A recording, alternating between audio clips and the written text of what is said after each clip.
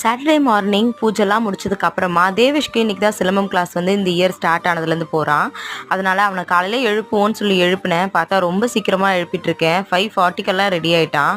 அதுக்கப்புறமா நான் ஒரு 10 நிமிஷம் போய் படுக்கிறேன் அப்படின்னு சொல்லி படுத்துட்டு மறுபடியும் 6 மணிக்கு தான் வந்து கிளம்புனான். சரி, அதுக்கப்புறம் அவனை ரெடி பண்ணி விட்டதுக்கப்புறமா சரி லஞ்ச் எதாவது ப்ரிப்பேர் பண்ணலாம் அப்படின்னு சொல்லிட்டு நான் வந்து போயிட்டேன். பார்த்தீங்கன்னா ரொம்ப நேரம் ஆச்சு. 7:30க்கெல்லாம் தேவேஷ் வந்து எப்போவுமே வந்துடுவான். அவங்க அப்பா தான் போய் கூட்டிகிட்டு வருவார்.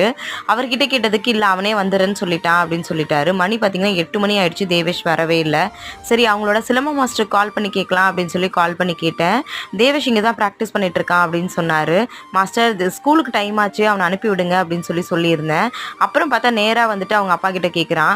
நான் உன்னை வர சொல்லியிருந்தேன்ல, ஏன்பா நீ வரல அப்படின்னு சொல்லிட்டு. பார்த்தா அவங்க அப்பா கிட்ட அவன் ஆல்ரெடி சொல்லியிருக்கான், கிளாஸ் முடிச்சுட்டு நானே ஃப்ரெண்ட்ஸோட வந்துடுறேன் அப்படின்னு சொல்லிட்டு. அதை அவனே மறந்துட்டு அவ்வளோ நேரம் வெயிட் பண்ணிட்டு இருந்தான்.